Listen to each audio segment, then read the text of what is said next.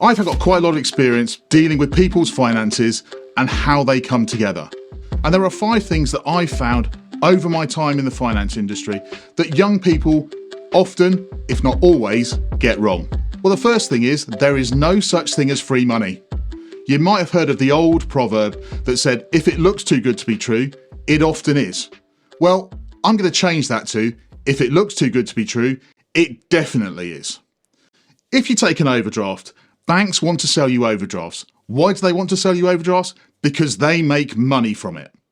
Now you sit there and go, oh look, I'm a bit short this month. I think I could get an overdraft and that will then be free for me for a year. Well, that's fine as long as you repay that overdraft. If you don't repay that overdraft, what happens at the end of a year?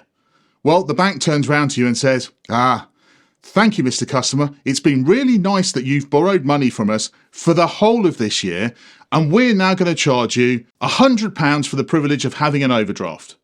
And you go, hold on a minute.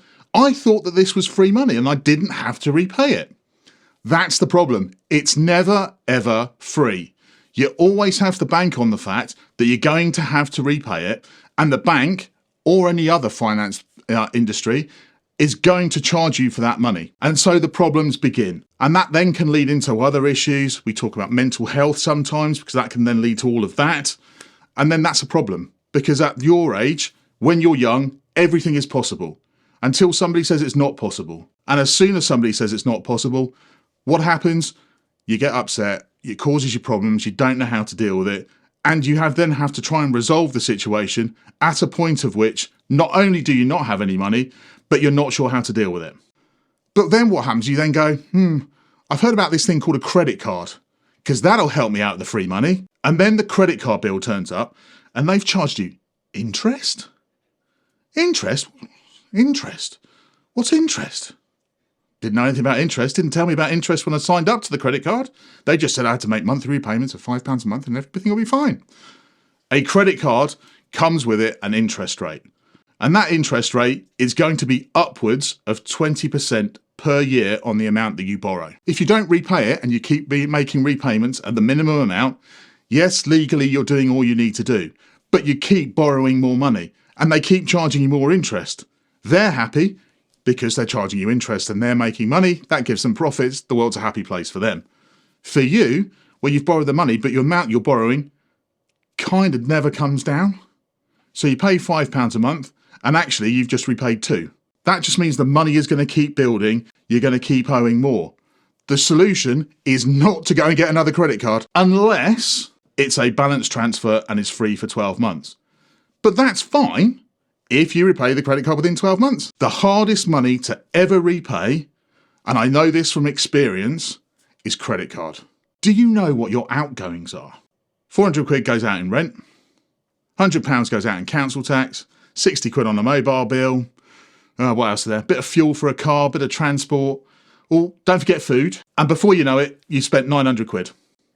And that's on day one. You've not done anything else. You spent £900. So you got £300 to last you the month. You think, great, that's all right. And then you go, yeah, but it's my best friend's birthday this week, isn't it? But before you know it, the £300 that you thought you had spare for the rest of the month has gone on one night. And suddenly you spent all of your £1,200. And you're in 7 days into your month, you're not going to get paid for the rest of the month, and then you go, right, well, how do I get to the rest of it? But if you'd have known what your outgoings were going to be at the beginning of the month, and you knew that £800, £900 was going to go on all of your bills, and you'd leave yourself with £300, and you went, right, what does £300 divided by 4 make?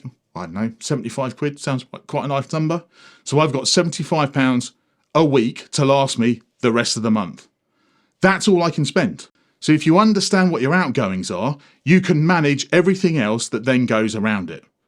So why is knowing what your outgoings important other than to know, okay, this is what I've got left to spend? You might think that the best thing to do in the world is you're going to save £100 a month to go on your trip to Ibiza with your mates and spend whatever money you're going to spend. That's great for a week. You come back, you spent all your money, and so you start the process all over again to save for the holiday for next year. Then we start getting into a habit of putting money to one side to be used for something that we want to use it for in the future, rather than having to rely on, oh yeah, the credit card, or I guess potentially the bank of mum and dad. But one of those things, you're then relying on that to cover the additional expenditure that you incur. And that's a really important life skill that people don't think about. If you don't put money to one side, then when problems happen, you haven't got anything to fall back on. And that can lead to additional pressure. Savings aren't going to resolve those financial problems, but they're going to help you lead on to the next bits. They're going to give you some balance. They're going to give you some security. And the final bit that I learned from my dad is don't go chasing the money. Well, if you imagine you're in a job, that job pays you, I don't know, you get £1,200 a month for doing that job. But you then look at it and somebody comes to you and says, do you know what? I can give you a job and that will pay you £2,000 a month. And you go, ooh, that's quite good. That's another £800. I could really do with that £800 because this bloke called Martin talked about savings and I know I ought to be doing that. And then he talked about, oh yeah, credit cards and interest rates. Yeah, he talked about that. But what you've done is you've gone from one job that you really enjoy to another just because of the money. Now that might work and you might be really fortunate that it works for you and it allows you to leap off into other things. But what happens if you go, don't really like this? And what I mean by don't go chasing the money is exactly that. You go chasing the money for another job and it gives you some more money. And then it goes to another job and it gives you some more money. Actually, if you'd stuck at the first job and gone, do you know what? I'm not getting paid great here, but I'm really enjoying what I'm doing. And it's giving me a balance in my life that I can then use to do other things. Okay, the money's not great at the moment, but I know that in a year's time, they've been talking about a promotion that would then do this. And then I've got an opportunity to go off and do that. But they're giving me things that I can do, like manage a client portfolio, or I can be in charge of ordering the stationery, or whatever it happens to be. But those things suddenly become more important in that role than go chasing the money into a new role where the pressure is completely different. So just because your job today doesn't pay you particularly well, think what that job actually brings you. If you help that business to grow, it becomes successful and your efforts are then rewarded. Hard work brings you one thing, and that's opportunity. It's not all doom and gloom with money. At the end of the day, there are some mistakes, there are some pitfalls. Hopefully, I've given you some ideas of things to look for in trying to look after your money. If you want to hear more about it, then subscribe, like this video, leave a comment, and I'll get back to you.